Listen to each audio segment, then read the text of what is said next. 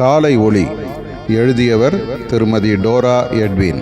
என்னுடைய ராஜ்யம் இவ்வுலகத்திற்குரியது அல்ல. அது அன்பின் ராஜ்யம், சமாதானத்தின் ராஜ்யம். இவ்வுலகத்தின் படைபலத்தையோ பணபலத்தையோ அது சார்ந்தது அல்ல. கீழ்ப்படிதலே அதன் அஸ்திபாரம். இயேசு என்ற பெயரால் நான் உலகில் வந்து பிறந்து, இம்மானுவேல் என்ற பெயரால் நான் உன்னோடு இருக்கிறேன். என் பிறப்போ என் வாழ்க்கையோ இவ்வுலக ஆடம்பரத்தை சார்ந்தது அல்ல. மனந்திரும்பி என்னை பின்பற்ற விரும்புகிற ஒவ்வொருவரும் என் ராஜ்யத்தின் பிரஜைகள். என்னை தங்கள் உள்ளங்களில் ஏற்று பரிசுத்த ஆவியானவரின் வழி நடத்துதலுக்கு தங்களை அவரிடம் ஒப்படைக்கிறார்கள்.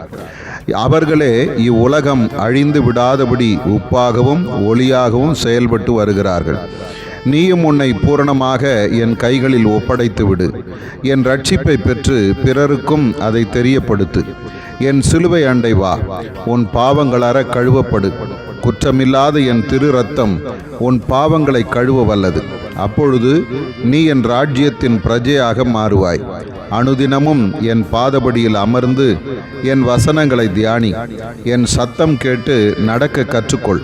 இந்த அனுதின தொடர்பே உன்னை கனிதரும் கொடியாக மாற்றும்.